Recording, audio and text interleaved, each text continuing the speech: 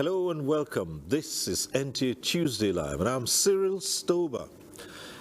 Nigeria is driving toward a sustainable maritime sector by 2050, aiming for a net zero shipping transition within its blue economy strategy, validated in late 2024 and supported by policies approved in May 2025. Now, led by the Ministry of Marine and Blue Economy, this plan aims to turn coastal resources into a $3 trillion economic boost through green technology and sustainable infrastructure. Tonight, NTA Tuesday Live will focus on blue economy, Nigeria's path to net zero shipping by 2050. But before we go into the conversation, let's get to see this report from our correspondent, Joel Pukuola. The historic approval of the National Policy on Marine and Blue Economy has been a major enabler piloting Nigeria towards a green-first policy. Experts say this shift aims to harmonize environmental stewardship with an ambitious blue economy roadmap, transforming Nigeria from a passive observer into a regional architect of sustainable trade. We hope to reduce reliance on foreign flagged vessels in our coastal trade, improve retention of value within the domestic economy, create employment opportunities for Nigerian seafarers, and stimulate growth. The key pillars of the policy, which are infrastructure modernization, economic diversification, and growth, private sector-led financing, environmental stewardship, which seeks to protect the 853 kilometers of coastline from illegal, unreported, and unregulated fishing, are some of the changes the policy intends to achieve. We were able to win back our seats in Category C, and this was based on a lot of IMO doesn't give it to you like that. And if you nominate, you have a lot of boxes to tick. And I believe the paper we presented at the IMO gathering prior to the election and the NAP, National Action Plan, that has been put together by the country, has indicated a very positive way. With regards to the cleanliness of the environment, now the waterways are safer for them to fish. It's safer for them to make a living, other than not being able to get what they require. If the pollutants are much in the waterway, the fishes will flee.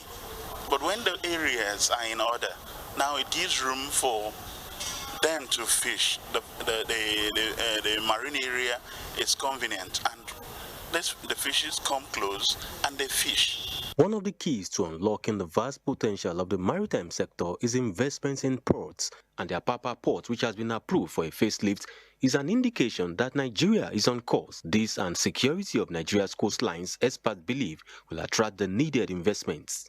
The roadmap to 2050 is paved with both risk and massive economic opportunities. Stakeholders unanimously agreed that by aggressively pursuing a net zero future, Nigeria is not just saving the planet, it is saving its economy.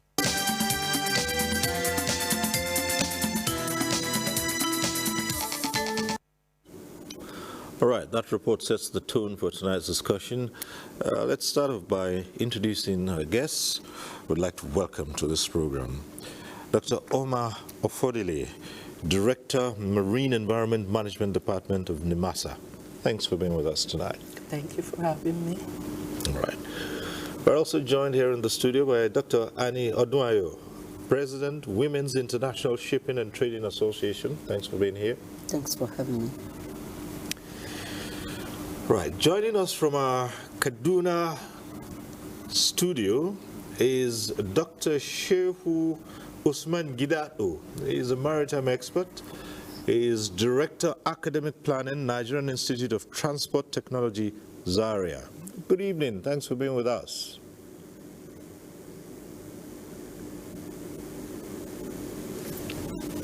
All right. And also joining us is Captain Caleb Danladi, a maritime expert with specialization in port modernization. He joins us via Zoom from Port Harcourt. Captain Caleb Aladi, good to see you. Thanks for being with us tonight. Good to see you. It's my pleasure. All right. Okay. Well, as it is with Tuesday Live, at some point in time the program gets interactive. But when it's that time, we'll remind you of the process and the procedure.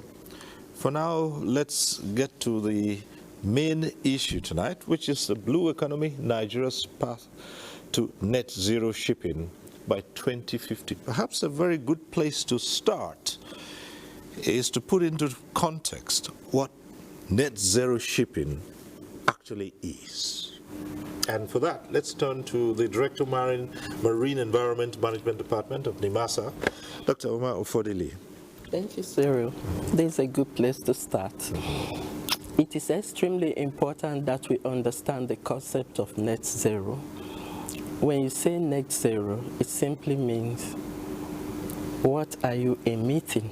Balancing out your emission. What it means that is what you emit, you should be able to remove equal amount from the environment. And when you say what you emit, it means the greenhouse gases you emit from your various activities. And so when you talk about shipping, it cuts across sectors actually. But when we narrow it down to shipping, we are now looking at a framework, a target, a goal set by IMO to achieve energy transition strategy. That is what it means. And within the net zero framework, to get to that point, there are a lot of stages that the shipping industry must pass to be able to balance out their emissions. All right. So I suppose this presupposes that the shipping industry emits huge amounts of greenhouse gases, and of course, the shipping industry can be regarded as a massive polluter.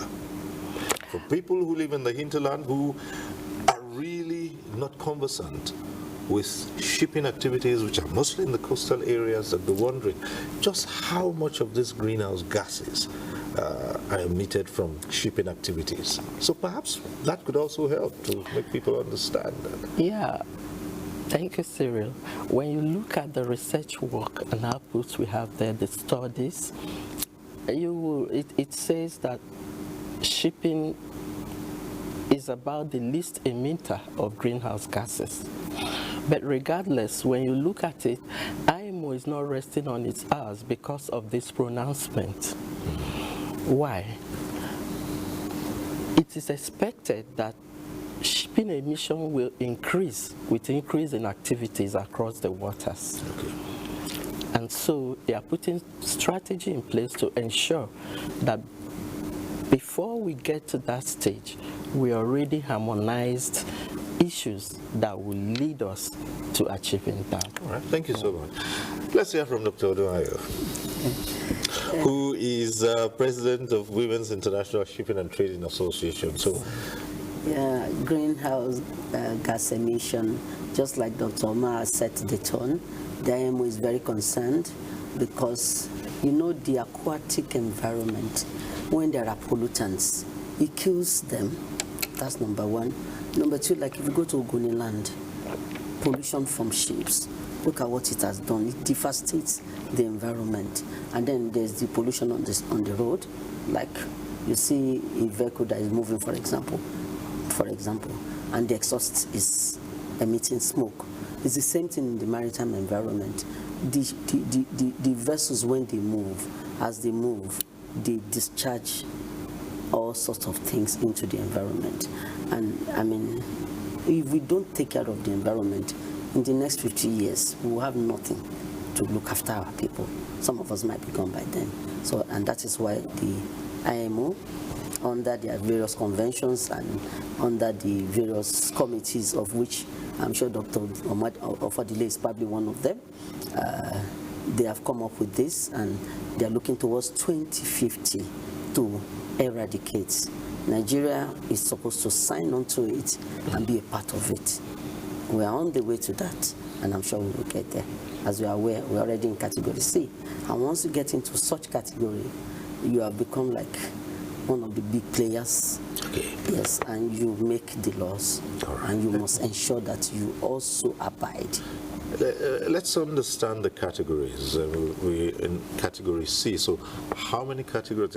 I suppose A, B, C. And so which, you talked about getting to be a big player. So which is the least player? Is it A? Or, No, or the higher, or the bigger? They are the biggest. You have the America, you have British. Okay. Then you have the B.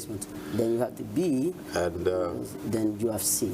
Nigeria is in C. And we're lucky to be there. So that means we're not one of those big players who are responsible for most of the environment crisis that we're facing in the world, which also ties in with a lot of other issues with climate change, and where we say the biggest nations, who are the biggest polluters, should be taking much more responsibility than they are.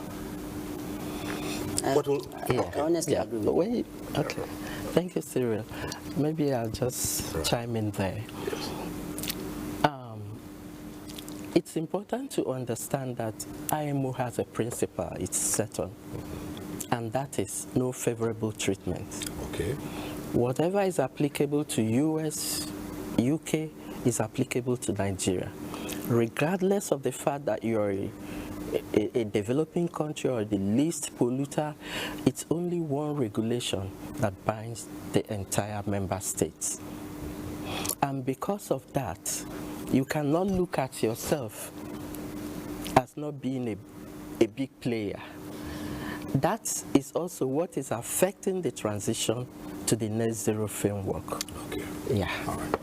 Okay, let's go over to our Kaduna studio and link up with Dr. Shehu Usman Gidatu and ask his perspective on the issue tonight. Just back to net zero shipping. I believe you can hear me clearly. So let's hear your thoughts on this issue. Okay, thank you, Cyril. My contribution to this issue actually lies on the fact that when we approach the best way to achieve Nigeria's path to net zero shipping, we need to look at issues that relates to how we can improve smart technology and then imbibe green shipping, and also be able to create skills that such jobs can match with the current status of our shipping industry, such that we should be able to provide efficiency, because the blue economy is all about jobs, efficiency, and competition, particularly to make our shipping industry competitive in the light of current global energy crisis. Fossil fuel is getting too expensive across the world, and shipping has been trying for a long time to create alternative fueling system and energy for the ships. But for Nigeria, I think we need to have, we already have a shortcut, use of liquefied natural gas, compressed natural gas, all these with the current effort towards building newer models of ships and boats that can cruise within the Nigerian cabotage route. I think that is very important to ensure that we localize our shipbuilding particularly, and also we make sure that we utilize natural gas in place of the heavy fuel oils that we have been using on vessels. And also, to some extent, we can develop or build ships that can run on solar systems, particularly across our waterways. because within the Nigerian waterways too, we need to re-examine the level of participation of indigenous companies in shipping in Nigeria. And the quickest way to ensure their adequate and efficient participation is through developing the local capacity, through developing our cabotage system, through ensuring that the new version of cabotage we are trying to come up with is green in nature. And gradually, we can also, towards the effort of eliminating the kind of rickety boats we currently use within our waterways, we need to come up with models that are either hybrid or that are purely green energy, rather than the heavy oil that pollutes the environment. And also, we have to be very smart about it. In today's technology, we have varied aspects of technologies that can give us adequate chances to be able to launch our vessels and move them away from the heavy fuel oils, particularly within the domestic routes. So, and gradually, I think by developing the local capacity in a green form, we can be able to now launch into the application of such green energy for powering our ships that also move across the world. And also, we need to dedicate that towards rebuilding efficient shipyards that can give us the chance to be able to come up with these models of vessels that can be environmentally compliant, that can actually assist us in performing efficient services of shipping along particularly our domestic routes. We need to start from there. Obviously, that is the best way to develop shipping in this country. We cannot leapfrog and go into international shipping in that large scale or in that kind of scale that you need 20,000 deadweight ton carriers, 40,000 deadweight carriers. Let's start from our domestic smaller vessels from 5,000 to 10,000 deadweight tons, populate our routes within the local cabotage market with indigenous vessels. And from there, we can learn the techniques of adopting different or hybrid fueling system for these boats and vessels. And gradually, we can be able to develop such in a grand scale. And that is how we can attack or adopt the green technology for fueling our vessels, actually, and which will lead us to that net zero shipping by 2050, which we seriously aspire to. Even we need to get to that level before 2050, as we have earmarked 2030 and it's already here, and the steps we need to achieve by 2030 are almost around here. Let's leapfrog through local indigenous capacity. Let's start inwards. Let's tackle our domestic vessels, boats, and ships that ply within our routes or within the coastal sub-regional routes, and make them look greener, and gradually we can launch our large-scale green shipping technology. Thank you. All right. I was going to say a moment ago, say, well, this is one area where perhaps for the first time I'm hearing that we cannot leapfrog. I thought that was the general idea in almost everything, but again, you've come back to say we can still leapfrog, albeit in small, at a lower level, before we can get to be the big players that we aspire to be in the international scene. But let's go on to Captain Caleb Nladi. And we've described you as a maritime expert with specialization in port modernization. And of course, Nigeria is embarking on the modernization of its ports. I believe it's safe for us to say when that comes to fruition, then our level of play in the industry will be much higher than it is now. And therefore, tonight's topic becomes even more relevant. So take us through your thoughts on this. Okay, thank you very much for this important question. When we talk about the journey to net zero, I first of all want to congratulate the Nigerian government for taking these huge steps by collaborating with IMO and developing the National Action Plan.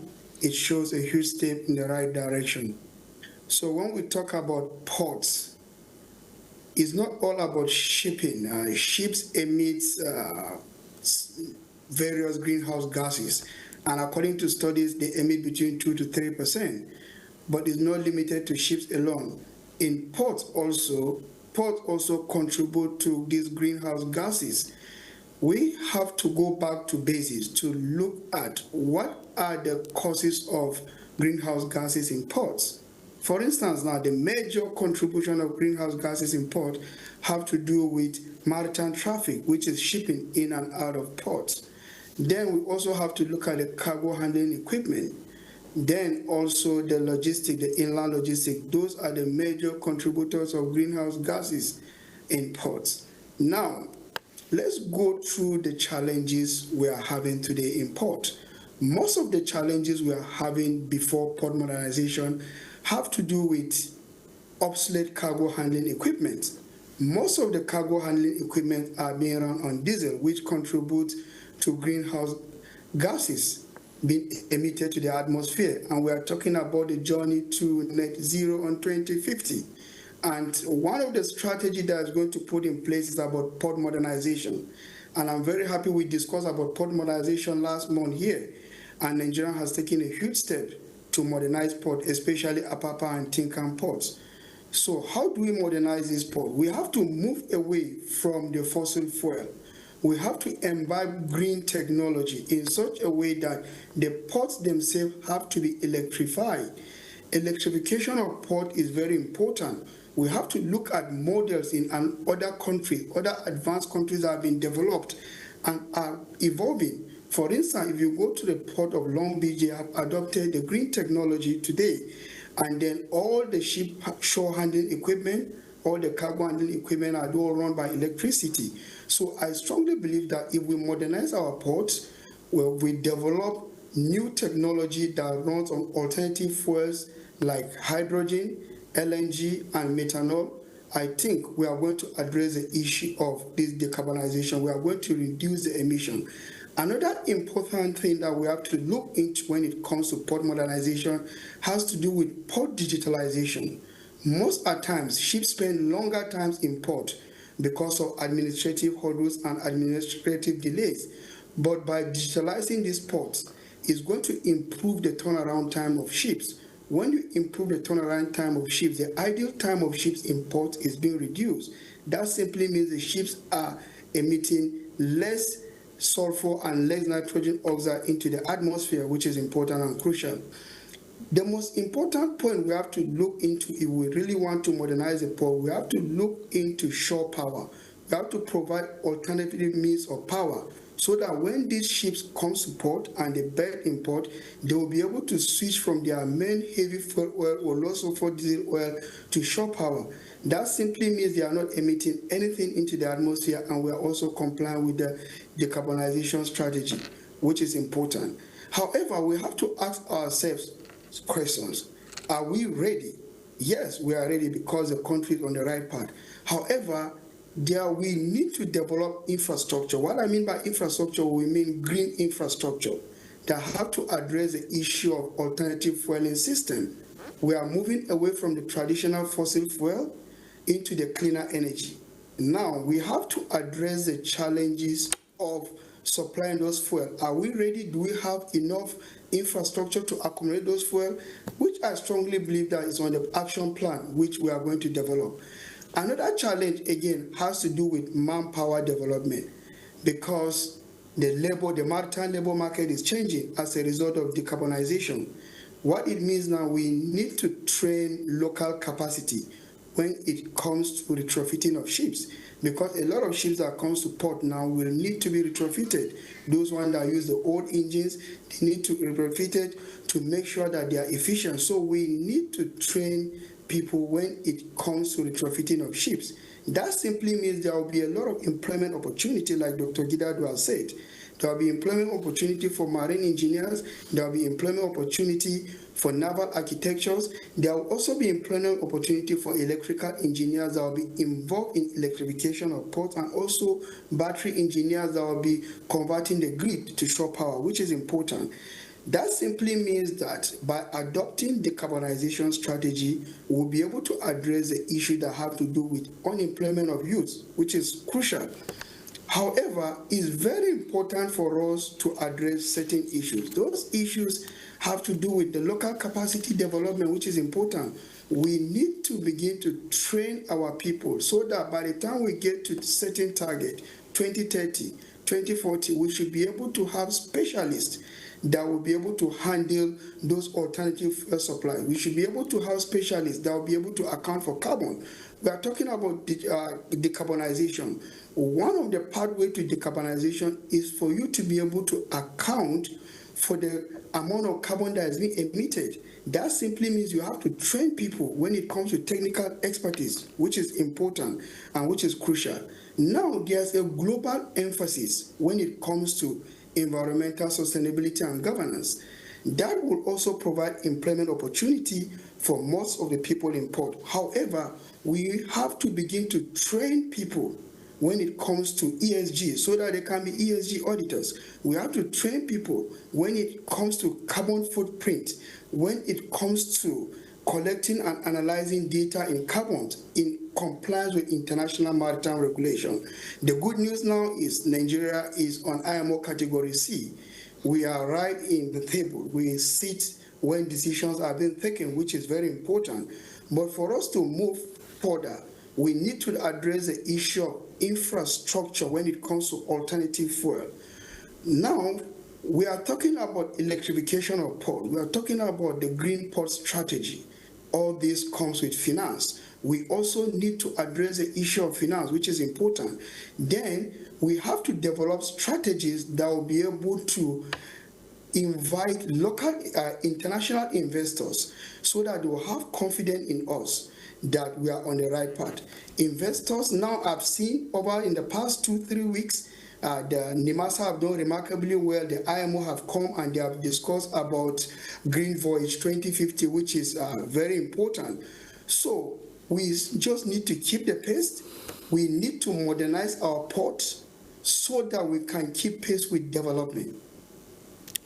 All right, I'll just stay with you for a moment longer because from what you're saying, just one or two things I'd like you to clarify for us if you can. You're aiming for net zero by 2050, and you have raised a number of questions yourself to do with capacity and the infrastructure. So currently, if we might ask for you to attain the levels you're looking at 2050, if I might ask, for now, what is the level of carbon emissions that you're generating, even as category C? And so I ask this because let's have an idea of what we are doing right now. So it tells the general public, it tells us just how much work needs to be done between now and your deadline. When it comes to carbon generation, I actually don't have the exact data of what has been emitted. However, if you look at the efforts that have been made by the federal government, if you look at the CNGs that have been rolled out, the compressed natural gas, most of the trucks now that move in and out of port, they are being run by CNGs. That simply means there are strategies that have been put in place to address the issue of decarbonization and the journey toward net zero in 2050. But the most important part, like I mentioned earlier, is for us to have a clear decarbonization strategy, which I strongly believe that the National Action Plan is going to address that. When it comes to emission of greenhouse gases, Most of our equipments today run on fossil fuel, but I strongly believe that with the port modernization agenda that has just been rolled out, it's going to address most of these challenges. Once we modernize our ports are going to be efficient. The average turnaround times of vessel is going to increase.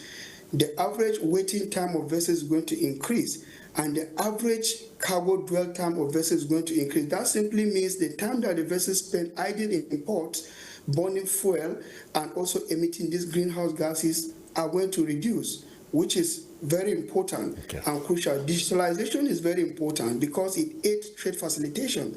And now, Nigeria has also signed up into the maritime single window system. It simply means that there are going to be trade facilitation. It simply means that there's going to be synergy between all the agencies because you are submitting all documents at the same place. That means the turnaround time of vessel will increase and the average waiting time of vessel will increase, which is important. And I strongly believe that in the port modernization strategy, there are also provisions for electrification of port and for green energy because we are in 21st century, which is crucial. All right. Thank you very much. We'll return to some of those other issues and explore them in further detail. But in addition to the conversation, we also have a number of reports. Let's get to see this one from Port Harcourt.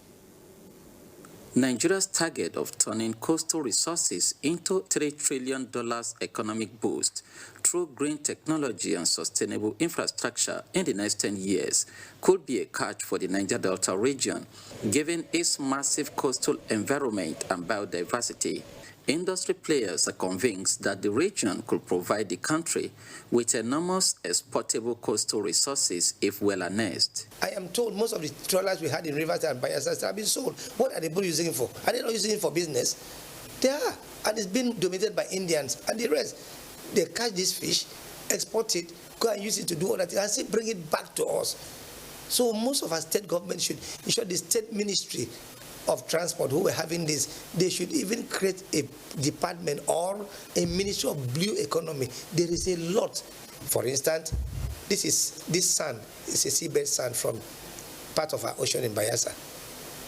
If I tell you what this sand has about 18 to 21 minerals, including zinc and the rest. In line with framework for the blue economy, the Niger Delta River Basin Authority initiated Clean Up the Ocean exercise through the Waterways Sanitary Corps, deep sea fishing industry in Bayelsa State, in addition to the establishment of the Finima Marine District in River State. The most important of it all is that our partners are coming to train our people. That local training, that component of training our people is there to us because our people our fishermen are aging. However, the facilities for sustainable blue economy in the Niger Delta coastal domain remain a challenge, especially at the eastern ports. We should start from the foundation, and the foundation is the infrastructure. If the port infrastructure is not right, we cannot get investors to come in. Why do I say this? Which port in Nigeria is connected by rail lines? Lagos is said to be connected. Is it functional? Are we carrying cargo from Lagos to Kaduna, or from Lagos to Kano, or from Lagos to Aba, or from Lagos to Nnewi? It's nothing. Then we also come by road. We talk about the road network. How visible are the road network? Is the road still good? Port Harcourt Port is there. It's crying for attention. Then how can we talk about sustainability without looking into the infrastructure and government is generating revenue? While the issue of waterways security is relatively low, the need to establish the Bonny and Age deep sea ports have continued to draw attention to the blue economy. Technologically based coastal safety and security measures, local capacity building, and investment in maritime activities are what the people expect the blue economy framework to drive.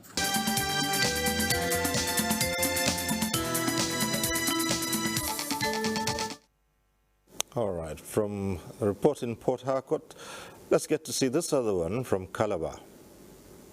The National Action Plan aims to drive economic growth, strengthen trade competitiveness, and create sustainable jobs as the approach prioritizes environmental sustainability, economic growth, inclusive development to ensuring the transition does not disproportionately burden developing nations.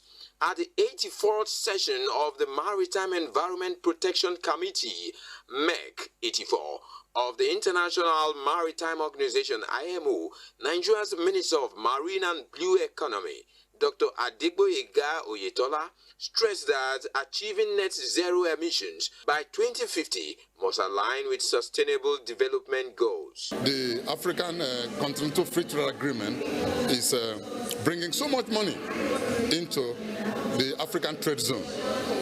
There's need to have ports, because without port you can't key into that amazing market, a huge market. Each day passing, informal trade activities going on in our waterfronts and our borders. So it is very important because people are not aware, they don't have an idea about how these things work. They don't even know the right thing to be done in order to curtail or permanently remove informal trade or formalize it in order to make it official. Carries out advocacy and support business systems. We are very interested in ensuring the enabling environment for businesses to thrive. This stance reflects Nigeria's broader strategy to balance climate obligations with economic growth, as seen in its National Action Plan on Maritime Decarbonization and its commitment to the IMO's 2023 GHG strategy. The country aims to reduce greenhouse gas emissions while safeguarding its economic interests and those of other developing nations.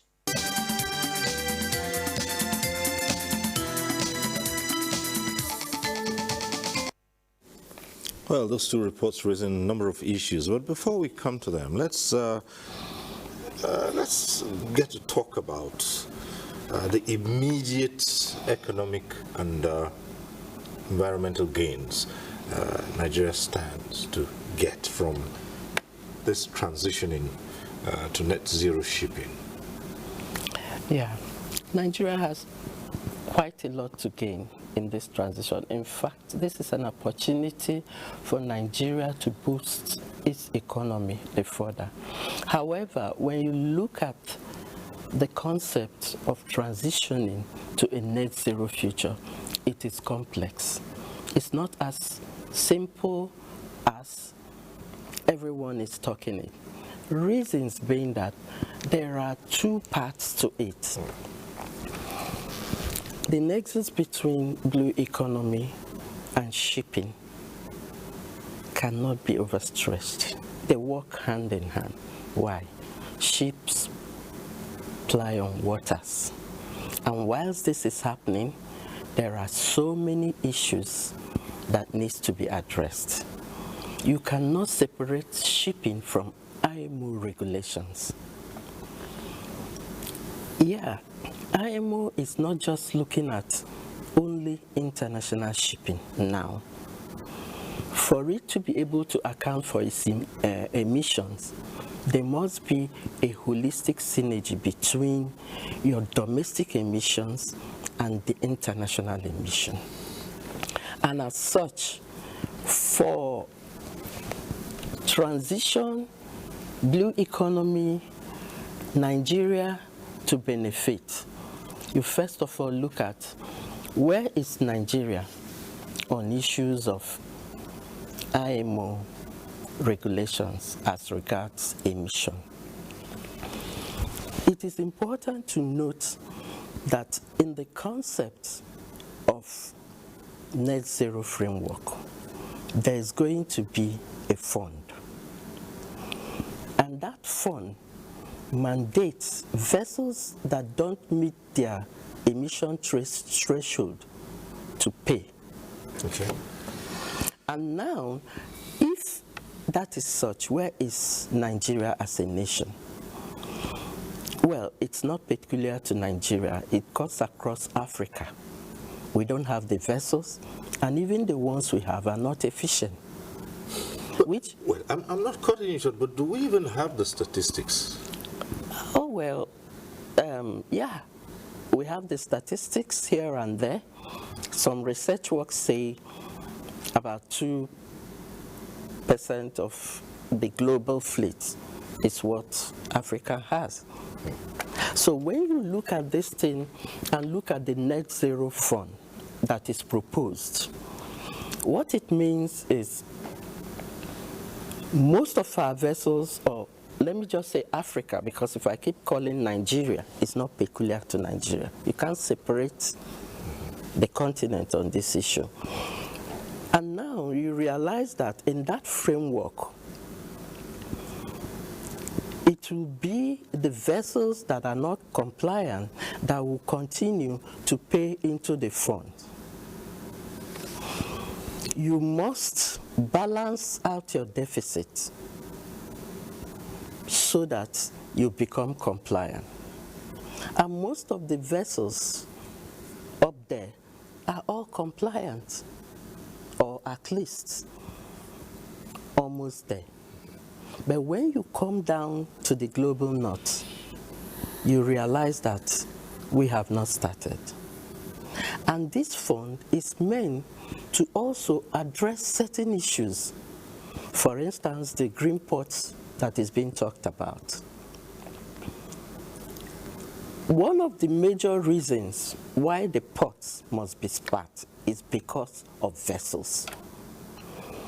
These vessels, if they call to the ports and there are no shore-based powers, they switch off their main engine, it means as they are steaming their auxiliary engine, they are emitting, and their compliance level keeps decreasing. I will not want to go into the technical aspect of this, but the truth remains, once your compliance level is low, you are going to pay into the funds. So are we going to keep paying into the funds monies that will be used to balance out the burden of energy transition coming?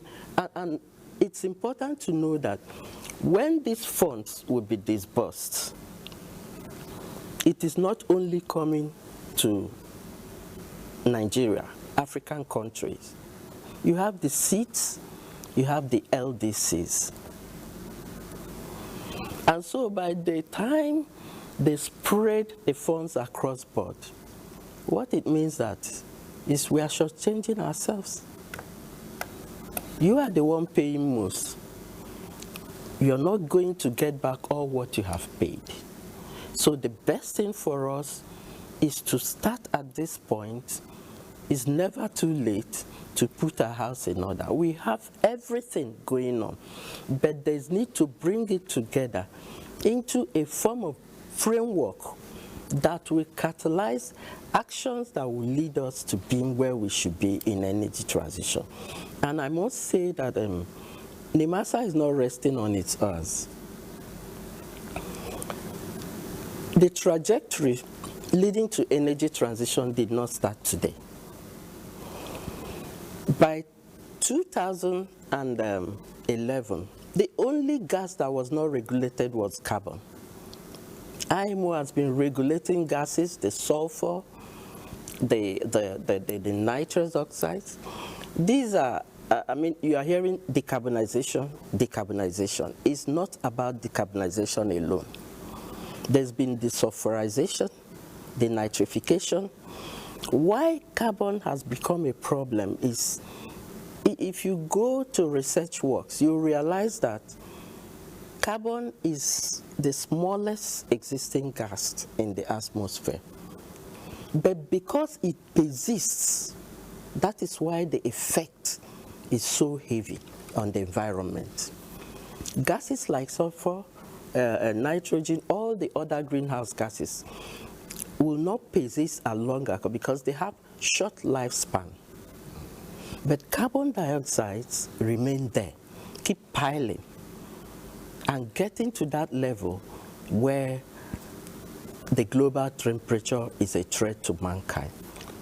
And so IMO also has been following this, and Nigeria as a member state is also following the sequence through NIMASA. Nigeria ratified MAPOL Annex 6 in 2015. Long before then, Nigeria as a nation has been doing a lot to ensure that we meet our obligations under IMO. Being on Category C does not just mean that you're there to, be one of the law-making nations. You must show that you are capable of handling issues that you're dishing out to others to abide by.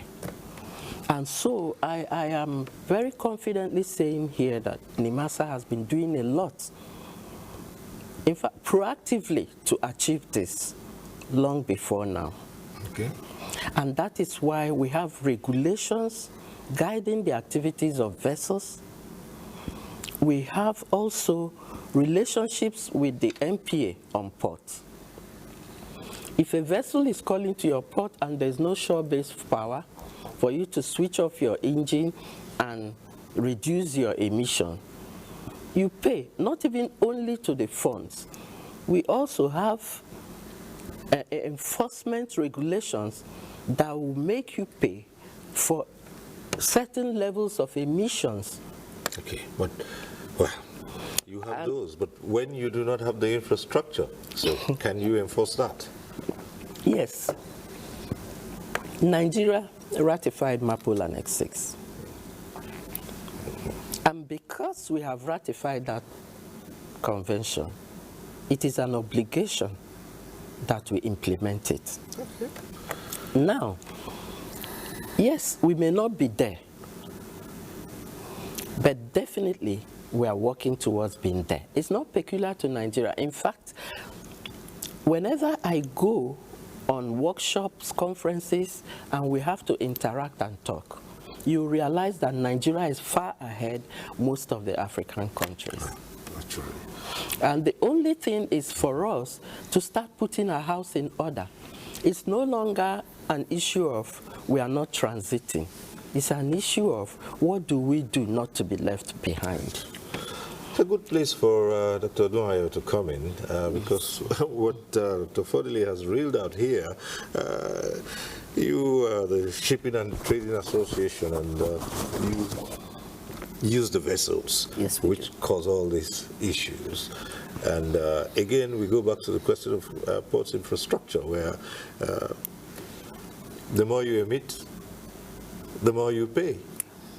But if you are in an environment that has not been modernized as to provide alternative power, for instance, it means that your ships will continue to run on those fuels and continue to pay. So how do you balance this out?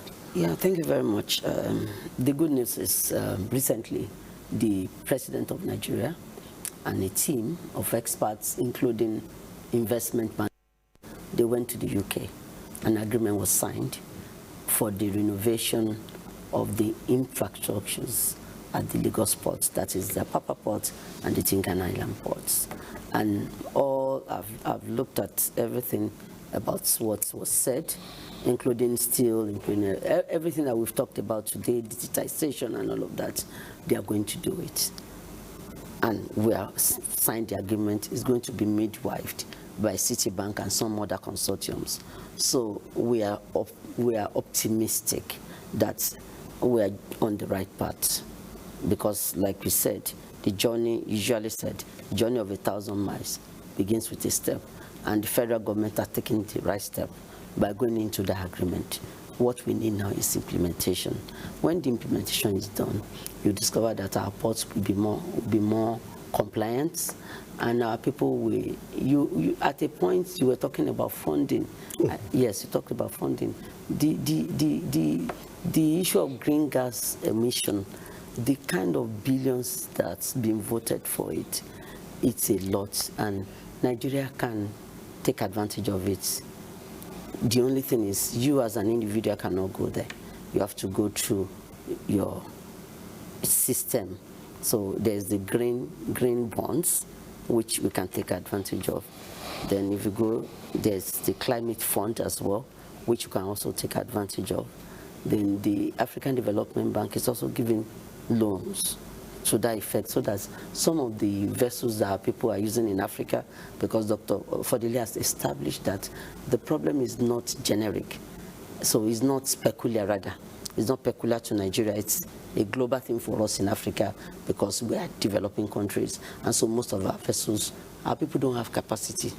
It is not their fault. They don't have, the infrastructures are not there, they don't have the markets, and they don't have the funding. So since these funds are there, backed by the government, if they assess it, they'll be able to, somebody talked about retrofitting, yes, I think the captain from Kaduna talked about retrofitting. They'll be able to retrofit their vessels, and it will emit less gas, and so they don't have to pay so much into that fund that she was talking about. So, and then there are other development partners. You can go into PPP, private partnership with other countries, people who have vessels, and then they will help you. For us as women in shipping and trading, what we just want is for government to continue to support us, especially with the cabotage vessel financing funds, so that our women can compete. Exactly, that's what we're going to say. What is your strength, and where is it? Here we're looking at a huge funding base here. What is your current strength, and how do you fit into, key into benefiting from these funds here? Thank you very much. Surprisingly, the women in the maritime sector, they are strong women. We have women who own vessels. Yes. I mean, late Margaret Orakusi, I don't know if you heard about her. I mean, she was one of the biggest when it comes to fishing. She had fishing trawlers and all of that. And what we're trying to do now is to see, to assess the CVFF, which is the Cabotage Vessel Financing Fund, which has been launched and is now about becoming operational. People already are submitting applications and all that. We're trying to form our women into a cluster, like, let me not use the word cooperative, but let's come together so that we can assess the fund. So when we assess the fund, we run it jointly, I mean, like a business. And another thing I want to talk about is going forward. You know, there's ESG that everybody's talking about now. The companies that are compliant are the ones that will get more investments. So one of the things we are talking to our women about is to say, see, follow these steps. Be environmentally friendly, socially compliant, and in terms of governance, make sure you are doing well. Once you do this, you discover that getting funding will be very easy for your companies. So we're just trying to not just advocate, we are trying to mediate and make sure that we are balancing it, crossing our I's and dotting our, crossing our T's and dotting our I's. That's what we're doing with the women. And, okay. Yes. Sorry, just trying to take from what she has said. The funding out there are quite enormous, but to access the fund is not a straightforward process. That is why Nigeria has to start developing a strategy towards innovative insights at bringing up bankable projects. Because even the IMO fund, when it becomes operational, you do not just go, because you're a developing country, they will dish out the fund to you. You must have bankable projects that are verifiable, and the women coming together, they are coming together to pull these projects together. It must be a project that is sustainable, and it must be a project that is green. I mean, it's leading towards the transition goals. It's not a project that you just get a vessel, you start running a business. So between now and 2028, when the fund probably will be adopted and it starts working, it is extremely important that Nigeria puts its house in order. And this could be done by designating an authority that will be in charge of putting together the projects that are already existing. So that before the fund, I mean, we should adopt the early bird strategy, where we already have our books ready. waiting for the funds to come in, and we'll start making our presentations.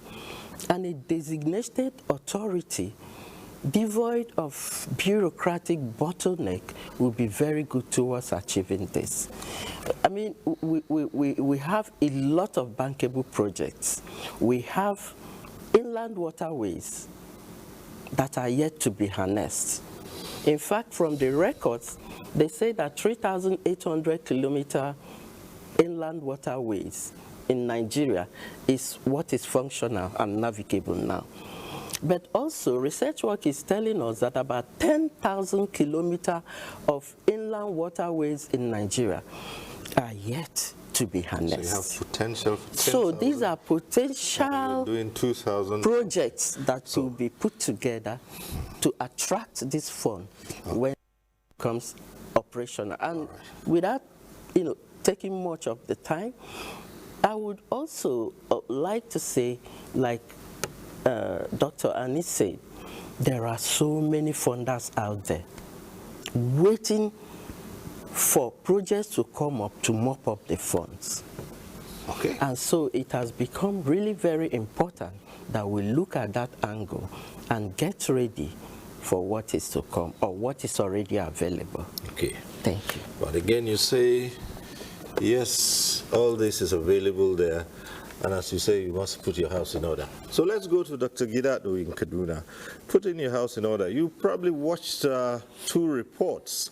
And so all the issues that were raised, and I come back to the question, 2 of those issues, the infrastructure and then the capacity building, which was spoken about in those 2 reports. And you heard there are funds to be assessed, but it's not that straightforward. You've got to put your house in order. An example is inland waterways. You're doing about 2,000 something kilometers, while research says you have potential for 10,000 plus. How do you begin to put your house in order? Yeah, thank you for this question, Cyril. You see, in the Nigerian shipping or transport or the maritime industry, and most of all, the current focus towards the blue economy, we are seriously lacking in relevant data to take many and most decisions. And I'm sure that is one important thing that we have to start looking at. Because, for example, now Nigeria being in category C of the IMO, it's not a certificate of performance per se, rather it's a certificate of challenge, because being in category C is even more challenging than being in category A or B, because of the relevance of or the diversity of focus of each of these categories. If category A is emphasizing on countries with the highest investment in shipping, and category C is looking at those countries with highest investment in international trade and freight, and then category C then becomes the country that is expected to comply with all IMO rules to that effect in order to move ahead towards actually being within either category B or A. So now, to do all this and to do anything that has to do with IMO, facts, figures, and inferences are very important, particularly when it comes to the blue economy. The blue economy is very, very scientific in nature, or tackling issues relating to the blue economy is quite scientific. And you cannot just approach it with either your willful thinking or a kind of discretionary decisions and all that. No, it has to be backed by adequate, relevant, and sufficient data that can give a proof, and also a kind of data that can show the direction towards which shipping and issues of emissions, issues of alternative energy, and all that, we have to have the real statistics to actually direct us rather than we, dictating how the statistics will look like. And that's why, more or less, in that regard, I actually say kudos to the federal government for recently giving approval to the establishment of the Smart National Transport Data Bank, which we are now expecting it to have a very good impact in the area of developing enough statistical data that can be used to take those scientific decisions that actually should carry on with a vibrant blue economy. But particularly looking at the blue economy as a whole, I think as far as Nigeria is concerned, the shipping aspect that relies on the ports, that works along with the ports, that also generates those freight and facilitate international trade are the key things Nigeria should focus on in terms of developing the blue economy, because that's where the commerce lies, that's where the employment is generated, that's why the mantra of efficiency is more regarded as due. And because of all this, I think we have to redouble our focus towards generating those required data. Today, if you ask a Nigerian, data in terms of the routes, the length of our waterways, we are all saying 10,000 kilometers here, 3,000 kilometers there. When was that updated last? In the same way, all those opportunities we are listing within the blue economy, generating power from ocean waves, adopting the MAPOL stipulations on how to curb, pollution within our oceans. All these are issues and policies that you cannot put figures to them. And unless we are able to map out, count out, survey, and then give adequate reports of what is really on ground, we cannot confidently take decisions on all this. So, by the way, again, I must mention the importance of the Smart National Transport Data Bank. It will be a very important vehicle that can drive all this, that can drive Nigeria towards acquiring the relevant data that can assist us in making all decisions relating to our blue economy, as well as the entire segments of the maritime industry, and can lead us to the aspired path to the net zero shipping by 2050.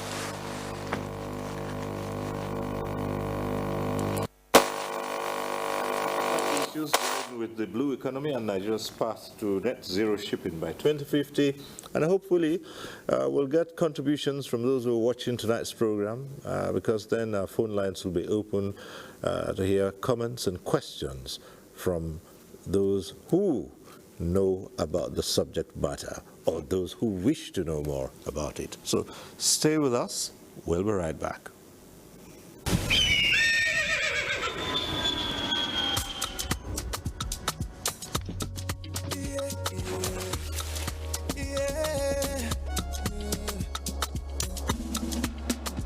From the Atlantic across the savannah to the Sahara, we rise, a land of the free, we know they tire. We dream great, our spirit is undying. Resilient, rooted like palm tree, we sway in colors, with undying demand. We make solutions, with nice passion, yeah. Ethnicity is unique, we are more than the solution. We are Nigeria, strengthening unity, we know they carry life. We are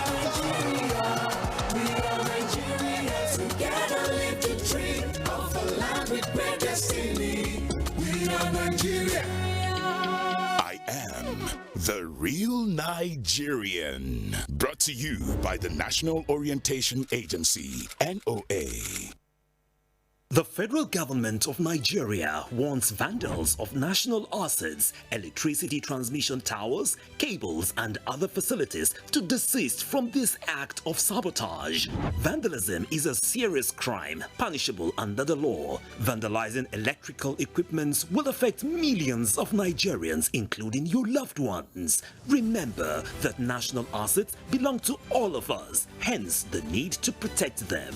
Report all cases of suspicious movement around electrical facilities to security agencies. When you see something, say something. This message is from the Federal Ministry of Information and National Orientation in collaboration with the National Counter-Terrorism Center, NCTC, Office of the National Security Advisor.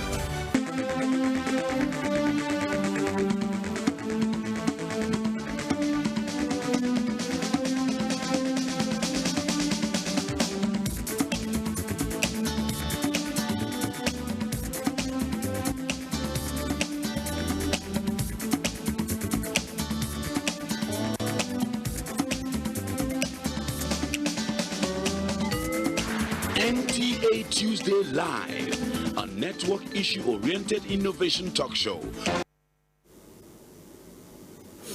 Thanks for staying with us. It's all about blue economy and Nigeria's path to net zero shipping by 2050. Well, this segment is when we open the phone lines, and that means you can get to join in the conversation in the studio. The numbers to call will be on your screens. We ask you to take advantage of those and call in with your questions or comments.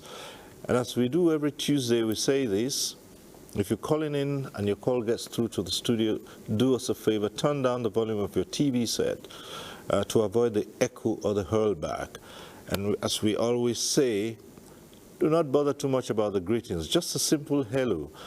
And again, one way of knowing that your call has been passed through to the studio is you'll see your name on screen. Once you see that, it means your call is already through to the studio, and just go ahead with your comment or your question.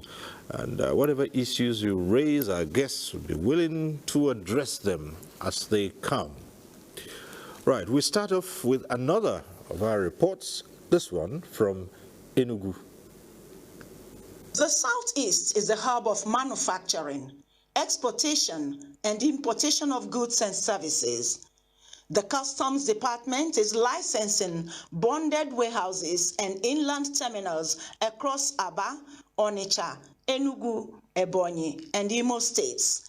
This has lifted the spirit of manufacturers in Nnewi, traders in Onitsha, and Aba industrial operators in clearing cargoes closer to home base. Due to lack of seaports in the southeastern part of Nigeria, manufacturers go through a lot of hassles to get their goods in and out of the production base. Respondents have called for the dredging of the River Niger with road network connectivity around Onitsha to ease the maritime bottlenecks associated with cargo businesses. Adada River in Nsukka also needs to be dredged for activities to take place. We need maritime facilities in the southeast. We have River Niger is there. They should dredge it so that we begin to have goods coming from outside down to the southeast. Southeast is the hub of businessmen in Nigeria. Importation is resided in the southeast, but we cannot offload them in the southeast. And it is good that federal governments have started saying about revamping seaports in the south, and let southeast also be included. Reviving eastern ports cuts logistics through eastern inland terminals. Manufacturers in Aba, Enugu, Onitsha, and Nnewi will heave a sign of relief when their cargoes bet in their own nearest seaports, with inland licensed terminals fully operational.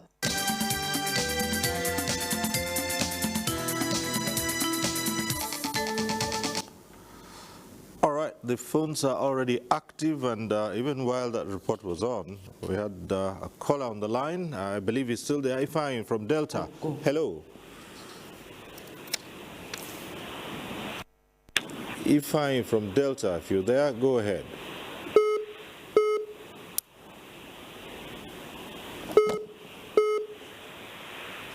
Hello? Hello. Hello? Yes, Ifeanyi, we just said this. Your name Hello? is on screen, so go right ahead. Can you hear me? Yes, we can. Go ahead.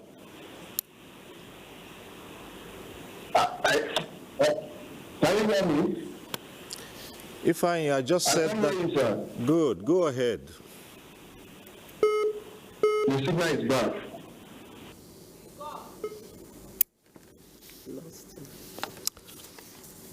All right, we'll just move ahead. We'll say this again. We've said that a tip to know your call is through is your name appears on screen. Once your name is on screen, just go ahead. We can hear you. Otherwise, you would not put your name on screen. It means your call has been passed through, and we're waiting for you to make your contribution. So let's just repeat that one more time for those who will be calling in. When your call gets passed to the studio, your name will be placed on screen. Once you see your name on screen, it means your call is through. So just go right ahead, okay? If I may want to call back, or other callers may be on the line. But let's go straight on to our other guest, who is in Port Harcourt, Captain Caleb Danladi. Yes, there you are. And you've watched all three reports now, and we've started talking about these huge challenges, what must be done for Nigeria to catch up. One of our guests here says it's not a matter of there's no going back. It's how quickly we can catch up with other countries who are being compliant. Okay, just before you answer the question, we have another caller on the line, Mohammed from Bauchi. Mohammed, go ahead. Ahmed, go ahead.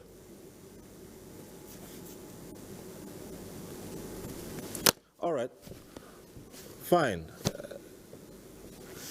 Captain Caleb Danladi, just go ahead. Okay.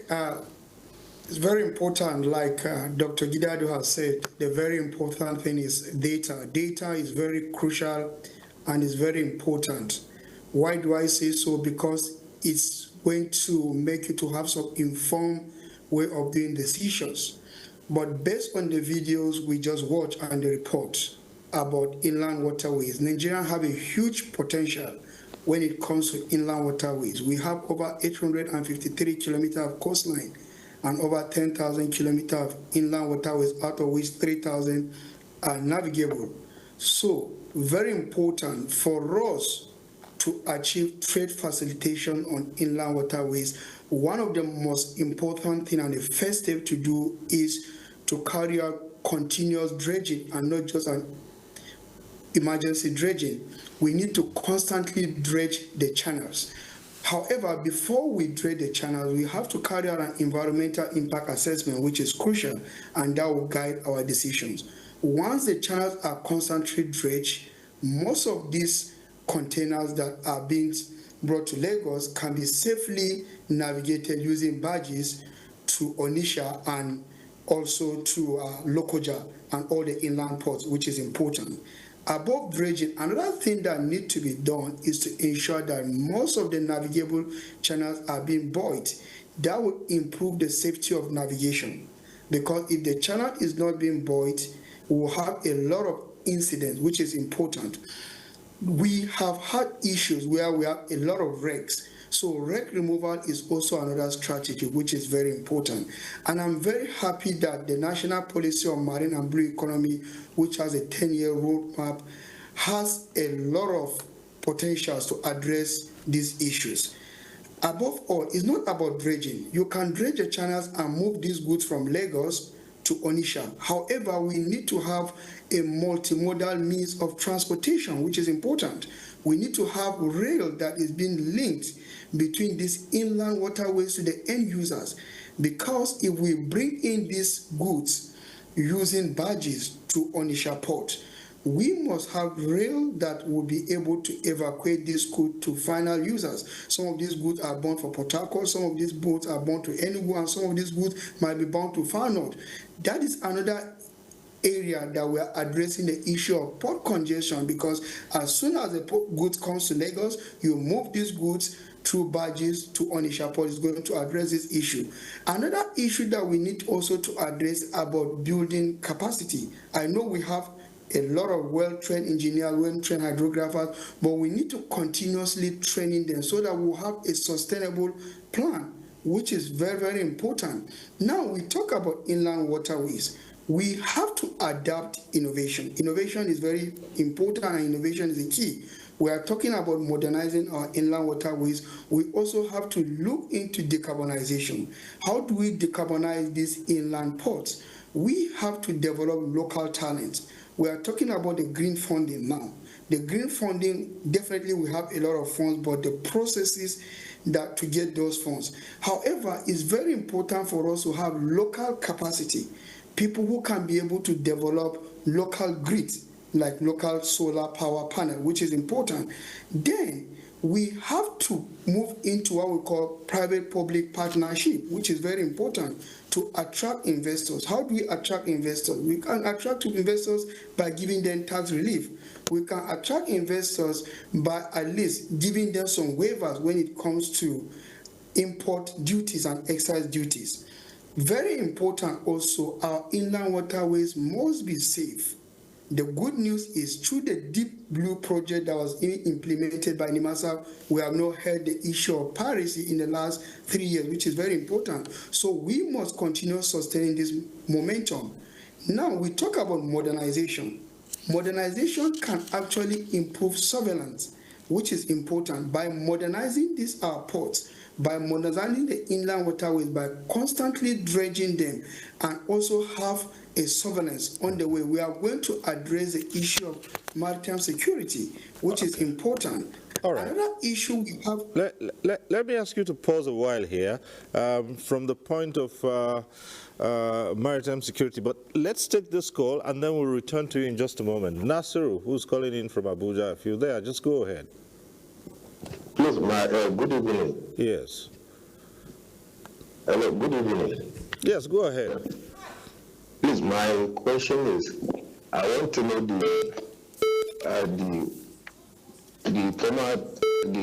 project that the former president started, that dredging of that dredging beyond is it Kogi State? So I want to know what is happening about that project now. I'm sure I've not been hearing anything about that project, that dredging. So please, this is my question, please. Okay. Would you be by any chance be referring to the Baru port or something? Hello? Hello. Would that be the Baru port you're referring to? Yes, Baru port. Okay, fine. Thank you. All right. Okay, thanks for calling. Straightforward question. Anyhow, let's go back to Captain Caleb Anadi. Yes, you were speaking on dredging, and well, you heard this last caller. Okay, so I talk about dredging, then I move into securing the inland waterways, which is very important.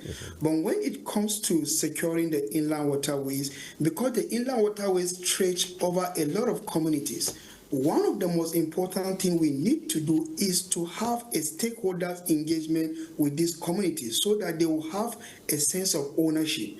Because there's no way you're dredging the channel today and people will go and still pour back a lot of seals into the inland waterways or also dump some of the refuge. So we have to have a sort of stakeholders engagement to engage them so that they will have a sense of ownership. We have to have constant patrol, because if we install the navigation buoys that are going to give us safety of navigation and they are being taken away, it's going to result in maritime accident, which is important. So surveillance is very important. Community engagement is the key so that the communities will have a sense of ownership, which is very important. When it comes to the inland waterways infrastructure, we have to take sense of ownership, particularly when it comes to the local communities. Because most of this inland water, we are talking about 3,000 kilometers. You cannot put Marshall on 3,000 kilometers. What we need to do, we need to adapt modernization when it comes to using drones for surveillance, when it comes to using artificial intelligence, Internet of Things, to gather more information, which is important. The good news is we have AIS today, which can be able to track the movement of goods from origin to destination, which is very important. So I strongly believe that by modernizing our inland waterways, we are going to address the long issue of port congestion that we are having. Okay. We are going to address the long issue of delay in delivering goods, because some of these companies in Nigeria depends on just-in-time goods. So when we dredge this channel, the trade facilitation is going to improve. But we also have to have it in mind that decarbonization, we have a target of 2050. So as we are modernizing this port, I strongly believe that modernization is going to go a long way. And Nigerian government has also shown a political will.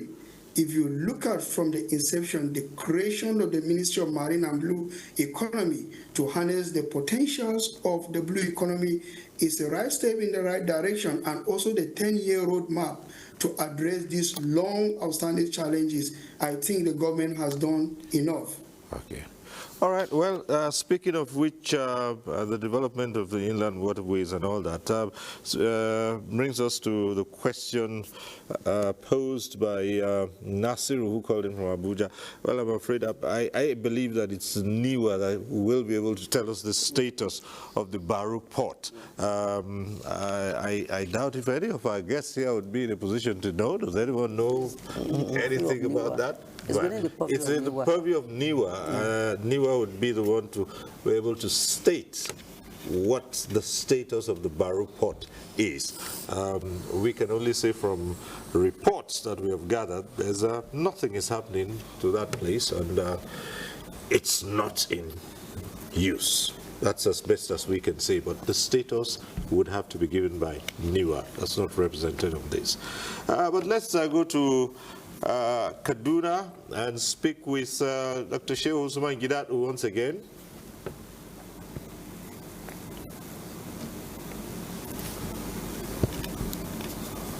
Okay, we have a caller on the line calling in from Jigawa.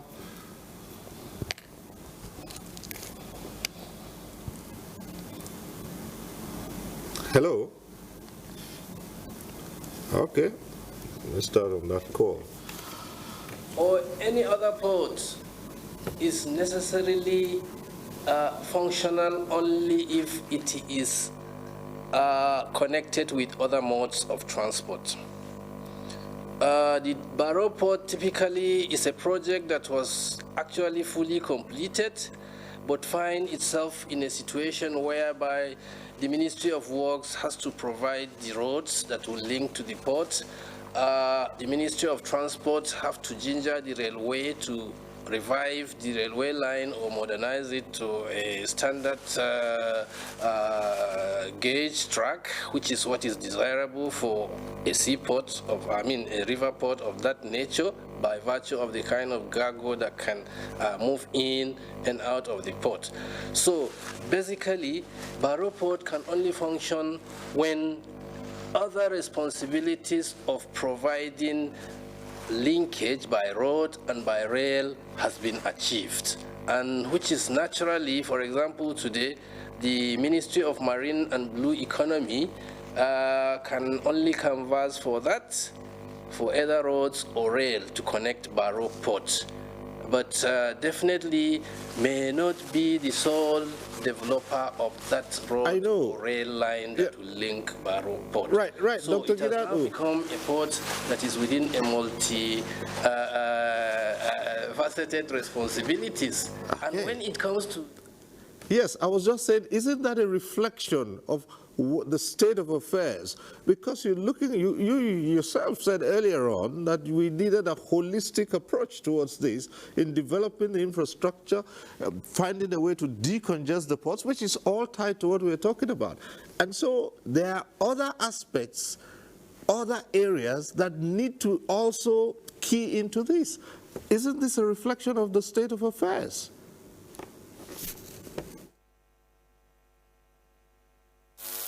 Dredging also.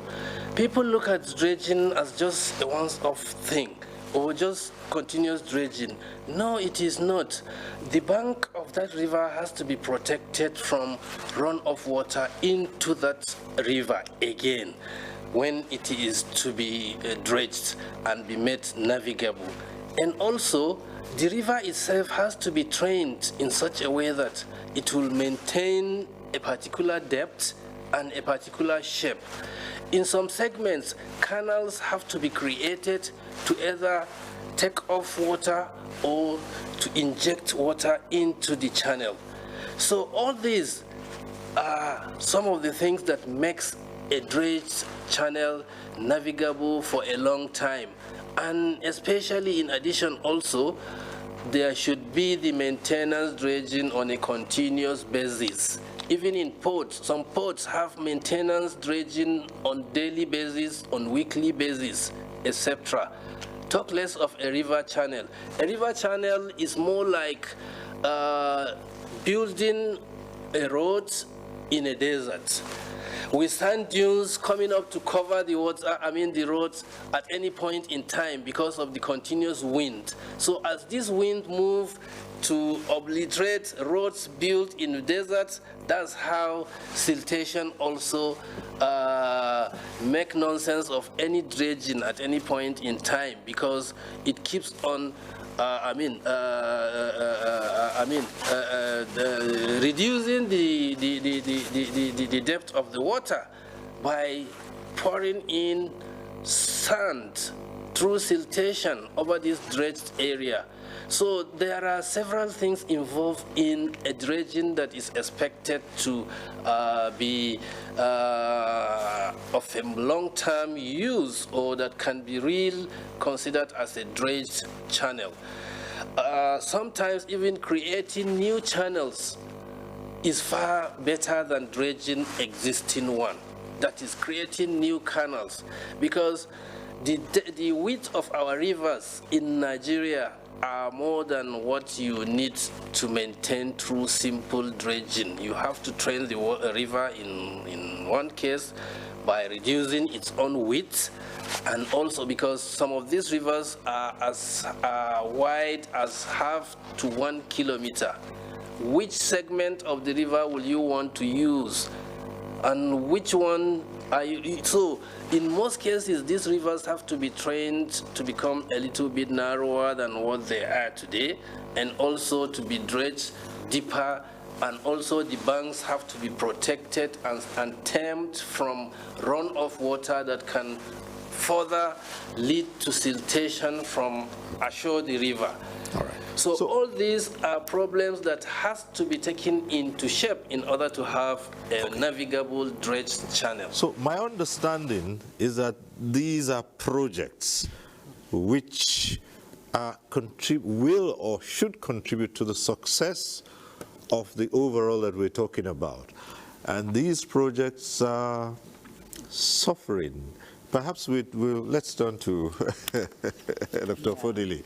It's interesting. I mean, at the onset, we started talking about bankable projects. Right. We also talked about a lot of funding out there for people to access. Right. But the truth is, no funder will come in and take on a project without putting the de-risk factors into consideration. Now, even the IMO fund we are talking about is not going to help you with your project 100%. They must also factor in the de-risk. And so, before a project is carried out, part of the questions that will be asked is, there must be a feasibility study. With the feasibility study, you'll be able to ascertain if that project is doable, viable, or sustainable. You don't just jump into a bogus project without having an adequate EIA, if it is where it's needed, feasibility studies, and if possible, a mini pilot project to ascertain if it is a project that can fly. So, and when we talk about putting our house in order, and we have a lot of projects out there that can attract funding, these are the sequence, these are things they look at. For instance, it's a good project to dredge the inland waterways. You've started dredging, you got stuck, and you bring in an investor. He will look at all these things before putting in his money. Is it worth it? And so we need to do a lot. I had said earlier, there's need to designate an authority that will specially take care of looking at the holistically all the projects, viable projects that can attract funding into the country, and see how we can be aligned properly to address the requirements of the funds. Okay. We have another caller. Let's hope this gets through. Ogumambi calling in from Osun. Is that Osun?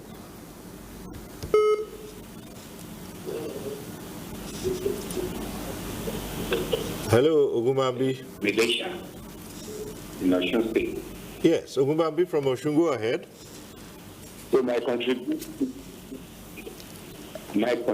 to yes, I want to ask a little bit about the dredging of the rivers in the southeastern. Can it be possible, and what will be the economy that for the benefit of all Nigerians? Okay. The line is seasoned and it's not clear. The only thing I could decipher from what you're saying is what would be the economic benefits of the dredging to Nigeria. Yes. Well, Mr. Gumbande, thank you for your question. When the rivers, inland waterways are dredged and there's economic activities on them, there's a multiplier effect. It will affect the community. You have more goods moving. Traders will be able to trade more. We have more people coming into the community.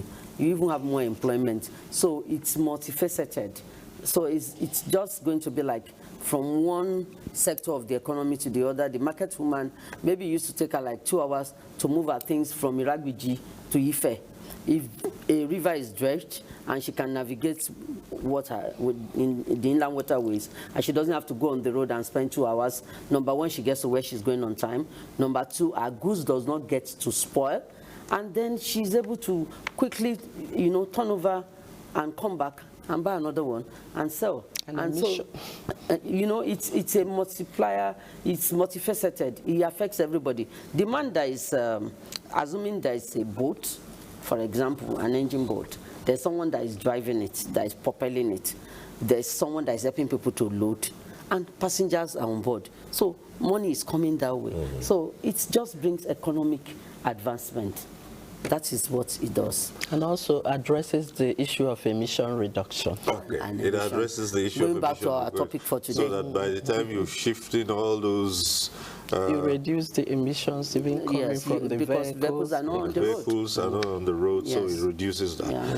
Well, let's go to some other area, and this is a little bit tricky now, and that has to do with the skills gap, particularly the workforce, and how ready Nigeria is to address this transition. Because bridging the skills gap is not going to be a thing of 3 days or 1 week or 2 weeks, and there's a huge deficit there, as in many other places. Yeah, it's actually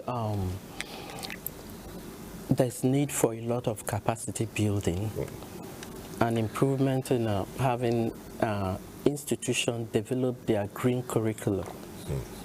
For instance, the seafarers. Nigeria is one of the countries that produced a lot of seafarers, more than other African countries. I know that NIMASA in the past years has done quite a lot. And the problem remains that the seafarers being churned out don't have enough sea time to be on board vessels. And now the vessels coming are going to be improved version of vessels with new engines, with running on different alternative fuels. So there's need to reskill the seafarers. Digital in many aspects. Yeah, to match the energy transition, the green future we are talking about. And the beauty of it is one of the items on IMO Green Fund is capacity building, reskilling the seafarers. We already have the basis. We have the schools. You have Man or Run, and so training seafarers. So by the time we begin to assess this, I think we will close that gap to a reasonable extent. And also, of course, in schools, there should be an introduction of some of these new skills that we expect to dominate the maritime industry in the future. The port engineers, those that can handle the new digital equipment that will be coming. And likewise, even in secondary schools, it's important to start catching them young. And with that, we'll begin to clip the gaps gradually till we get there. Thank you. Let's go to Kaduna and talk to the academic who is here now, Director of Academic Planning of the Institute of Transport Technology, Dr. Gidadu, once more. We are talking about the skills gap, those who have been churned out. And you find that with all these going on, the vessels that are coming will be more modern, with digital equipment, and all those, and you need to retrain and train. And Dr. Ofodili has just talked about curriculum in schools, institutions, training institutions. So let's hear from you. I've started saying it's serial because there are two things about skills in this country today. It's not about certificates, it's about how to do what you are trained to do. Most people go to school, go to training or retraining just to either get the time or get the certificates. That is very, very wrong. Then on the part of trainers, again, issue of curriculum is far, far very, very important than any other thing. And developing a curriculum is not just about sitting down doing it. You have to be in consultation with sponsors of trainers, trainees, and the industry at large. Training or skill development should match industry needs for such skills. And in that case, there must be the training needs assessment first by all institutions providing these training programs and certificates of competence. You have to identify the very skills that will meet the needs of the industry. Develop curriculum that aligns with such skills needs. And then get these programs accredited by regulators and authorities that vet training programs either in degrees, in diplomas, or in form of professional certificates. So curriculum development is first thing. We have to review, look at, and update all the curriculum we dispense to trainees to make sure that this curriculum aligns with the basic training needs of either the industry or the specific area of specialization that this skill needs to be developed in. And then also continuous review of these programs. You find some institutions that have curriculum that's almost 10, 15 years old, which needs to be reviewed, but are still being dished out to trainees and which doesn't serve. And that is the main cause why also trainees come to obtain certificates rather than the knowledge. Some of them might have known most of these things. Instead of coming to get updates, they still find the same thing and they never come back. Neither will they ask others to come. So it is very important to develop appropriate curriculum, continuously review this curriculum, ensure they are being accredited, and ensure that they have the integrity to command patronage of participants, and also, most of all, ensure that it gets back a feedback to the industry in terms of impact. Any skill that cannot make an impact in the industry is not a genuine skill. And most of all, every aspect of the blue economy today needs new curriculums that can be effective in dispensing that skill that is needed to drive the blue economy. The same thing with our effort towards attaining net zero shipping. We need to have programs and curriculums in our training institutions that spans around contents that can give direct skills that are relevant to those areas or issues that we want trainees to go and work in, because training must match skill and skill must match the job function. So it is very important to first of all define all the job functions we need within the maritime and blue economy, and then look at those job functions and then identify the exact skill that should be dispensed to trainees who will subsequently become the workers that will handle such functions.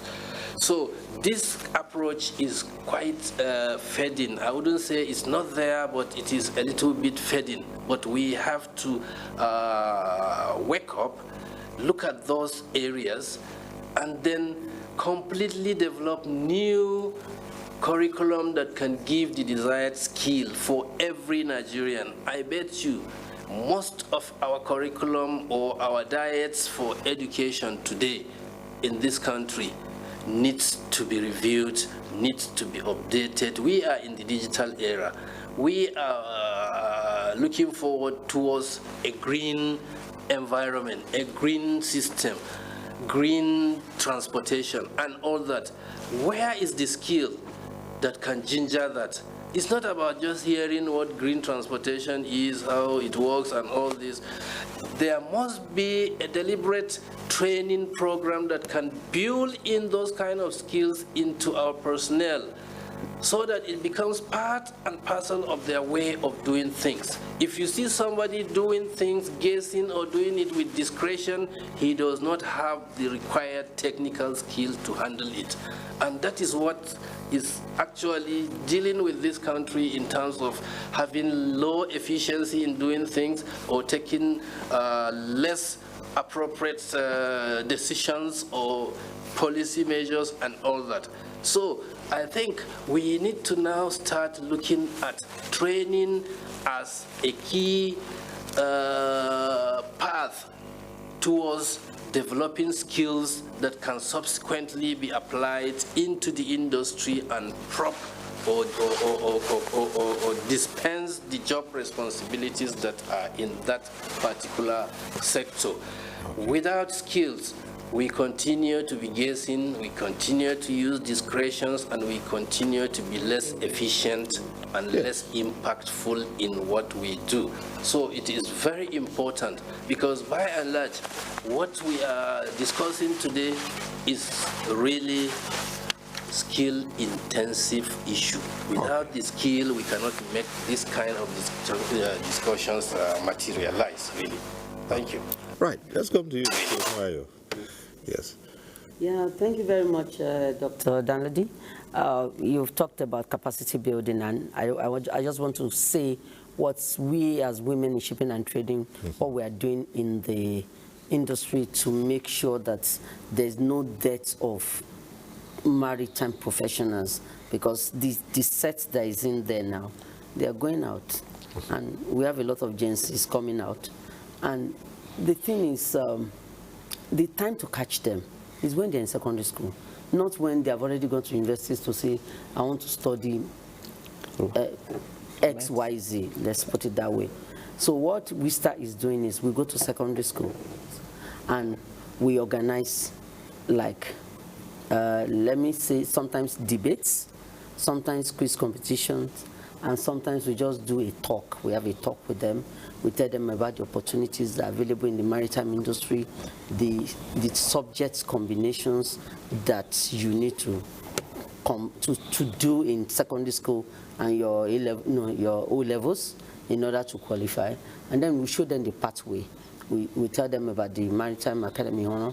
We tell them about the opportunity that NIMASA is giving to students, the NSDP program, whereby NIMASA sends them to school to study maritime-related courses, and when they come back, they're able to go on board. They do their sea time, they get their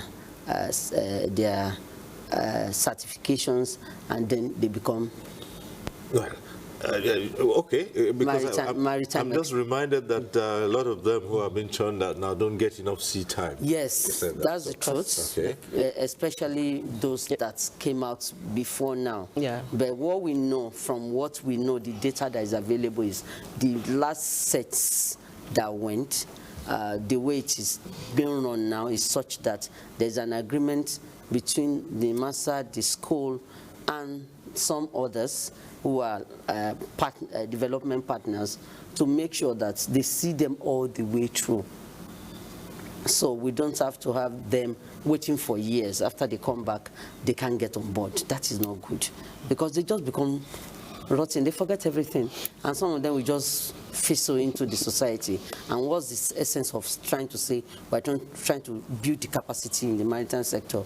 These guys go abroad, they come back, and then they can't fit in. So that, I think, from the last few years, I'm not saying way back, few years, I mean few years. A couple of. Yes, the cutoff has been established. So what we are doing is to guide them to make sure that, okay, you know, you can be a naval architect, you can be a marine engineer, you can be in the deck, you can be in the engine, you can even be a nurse on board. So you can find your space in the maritime sector. That is what WISTA is doing.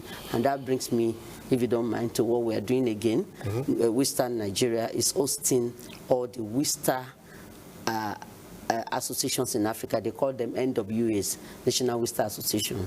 So we are hosting the 8th Regional African Conference in Lagos in June at the Hotel 25th to 26th. That's how far I would let you go. Thank you. Otherwise, you need to speak to the marketing team. I understand that. That's why I said, if you don't mind, you know, and but we want our people to come and participate, especially the women, to come and learn, to come and unlearn, and to come and see the opportunities are available in the maritime sector for them. You can be a chandler. You can. There's so much that you can do in the maritime sector. So let me stay a moment longer with you and say, what are the opportunities for ship owners and operators to become more competitive globally through clean shipping, and particularly the women too? Especially the women, if you don't mind. Yes. Yes, especially for our women. All I will say for now is, number one, thank God for the Ministry of Marine and Blue Economy, for that policy that has been signed by the federal government and is being implemented. One thing I would say is, for every time that the Ministry of Marine and Blue Economy has called people together, stakeholders, to explain to them about the policy, WISTA Nigeria and our women in the maritime sector, we've all been fully represented. We are part of the implementation strategy. So what we are doing, like I said, is we are forming ourselves into clusters so that we can pull resources together. You know, the more we have, the more our strength will be. If she brings $10 million and I bring $5 million and you bring $2 billion, and the master says, for you to get this CVFI fund, for example, is you need 30 million. You discover that already we are like almost 80% gone. So all we have to do is maybe look for another person that will hard for us, and then we're able to get our vessel, and then we operate, but under strict business conditions. That is why I started talking about ESG. We don't operate as if we are doing we. No, we operate as a business, and then we get consultants to map out how it should be run.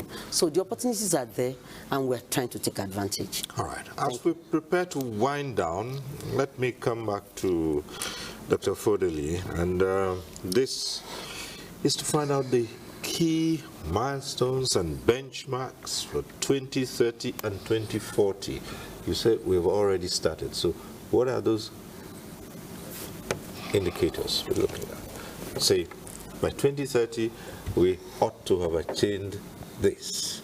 And by 2040, this is what we're looking at. Right. Well, where we are at now, it may not be so easy to say, well, we ought to have, that's the language, okay, attain so where a certain... are we now? Where we are at the scoping stage as a nation. So there's a lot of work to do. A lot of work to do, but that doesn't mean that we've not covered some milestones. What it just means is the ones covered, there's need to harmonize, align it properly to begin to yield results. So when you look at even the milestones set by IMO, they are still going back to review some. Because as they are moving into the next, they realize that there is something in the initial one that needs to be reviewed for it to align properly. So it's just scooping stage for everyone practically. So can we, based on that now, say, are you confident that this 2050 that we've set for net zero shipping is attainable? Well, confident is a huge commitment. You're hoping? We are hopeful that by then, it should be. Nigeria should have gotten to a stage where we can say we will not be left behind. All right. Okay, so we're winding down, so your closing comments on this. Yeah, my closing comments would be to say to the women, especially because, and to the government, our advocacy and all we are saying is give more opportunities to women. They always say if you want something to multiply, give it to a woman. You can see Dr. Fodile, she's a marine environmentalist. I'm an accountant, but I happen to lead the women. But because I'm leading women who are involved in shipping, in marine and everything, how to go and start learning what they do so they understand their business. And that's the only way I can serve them well. So I want to say to the government, please give us more opportunities. We are ready to serve. We always give our best. Go and check. Everything, every organization that is being run by a woman, they always excel because women put in their best and we multitask very well. Thank you. All right. Dr. Shehu Subangidato, we have your closing comments as we wind down.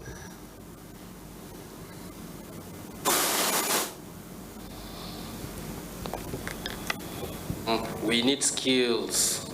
We have been assuming we have skills, but really the new skills we are developing are not up to date to some extent. Just as I mentioned, some of our curriculums in our training institutions are not good enough. And then also, we need to do a very good needs assessment. Assess what kind of skills we need to do what.